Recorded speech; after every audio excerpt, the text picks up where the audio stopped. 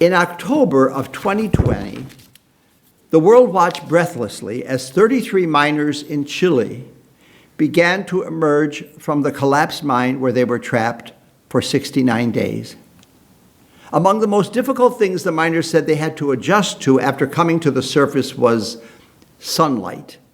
Having been in the dark for over 2 months, some miners said that sunlight felt like needle pricks in their eyes. Surprisingly, over time, we can accommodate ourselves to darkness, even complete darkness. You can experience this accommodation if you go to Cologne, Germany, and make a reservation at a small eatery called Unsichtbar, literally translated as the invisible. It gets its name because it is run by the blind. Here, patrons enjoy wine, cuisine, and conversation in pitch darkness. Even the glow of a mobile phone is not permitted in this establishment. Diners are attended by blind waiter guides who describe the food both in terms of its preparation and its location on the plate. Since its opening in 2002, Unsichtbar has given people with sight the experience of what it means to be blind. After a while, patrons say they can accommodate themselves to the lack of sight and even become comfortable with the experience. How often in life do we allow ourselves to be compromised and choose to remain in the dark? As St. Paul says, we are children of the light, but we prefer darkness. The scriptures are all about reversals, especially of sight, of being able to see beneath the surface, to see the heart, to see with the heart, rather than just with our eyes. As the fox tells the prince in Antoine Saint-Exupéry's story, The Little Prince, it is only with the heart that one can see rightly. What is essential is invisible to the eye. The Bible is filled with examples of how precisely true this is. In the First Testament, when Samuel comes to anoint the son of Jesse as king of Israel, he is amazed that none of Jesse's strapping, handsome, older sons are the ones that God has chosen.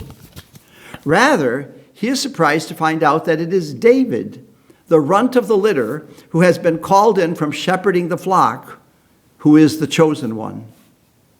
The Gospels contain even more examples of how first impressions based on what we see are so misleading. God choosing a simple, poor peasant girl to be the mother of his son, and Jesus choosing his ragtag group of disciples, all without resumes, are two prime examples. Of course, it is Jesus, more than anyone else, who defies expectations. And while this is consistent throughout all the synoptic Gospels, it is in John's writing that this is seen most clearly. John is among the most poetic of the authors in the Bible. He is not interested, as are the other evangelists, in giving the objective details of Jesus' life or in telling more facts about who Jesus is. It has been said that the use of metaphor is a sign of intelligence.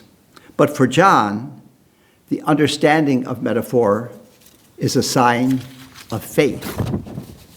Throughout his gospel, John has Jesus identify himself not in terms of any vital statistics or biographical data, but through what have been called the I am statements. Again and again, Jesus says things like, I am he who is called the Christ. I am the light of the world. I am from above. Before Abraham was, I am. I am the good shepherd. I am the way, the truth, and the life. And we see this especially in today's gospel where Jesus says, I am the bread of life. His audience is confused. And when he says he has come down from heaven, it's altogether too much. They begin to murmur to one another in their literal-minded confusion, isn't this Jesus, the son of Joseph, whose father and mother we know so well? Where's he getting all of this? Just who does he think he is? Jesus' words were spoken to stir the imagination, to touch the heart, to teach more deeply than the head can know. But because they fell upon stony ears of people with no imagination, they caused only confusion, anger, and disrespect. And by the end of the story, we hear that many of his disciples turned back and no longer went with him. Faith requires imagination. It takes a heart that is open to see what the mind cannot see. As the famous preacher William Willimon says, faith in Jesus is not so much something to be measured or calculated. It isn't an algebraic equation with so many miracles equaling so much of a Savior. It isn't a matter of knowing Jesus' parents or discovering his historic identity. Faith is trusting in the poetry that Jesus says is more than you can wrap your mind around. Willimon concludes, he is word that can never be fully spoken. He is bread that will not much feed your belly, but will eternally nourish your soul. In other words, sisters and brothers, faith resides not so much in the head as in the heart, in the seat of the imagination. As St. Paul says, we walk by faith and not by sight. Timothy Radcliffe, former Master General of the Dominicans, has said in his book, Alive in God, A Christian Imagination, which I quoted just a couple of weeks ago, he said this: the enemy of faith is neither atheism nor secularism as such, but a certain flattening of the imagination, a reductionist understanding of reality that drains life of meaning, transcendence, and for many Christians, gospel-inspired adventure. The gospel story today of the rejection of Jesus by so many closest to him who thought they knew him so well is a challenge to each of us to live the words of the hymn we know so well. Amazing grace, I once was blind, but now I see.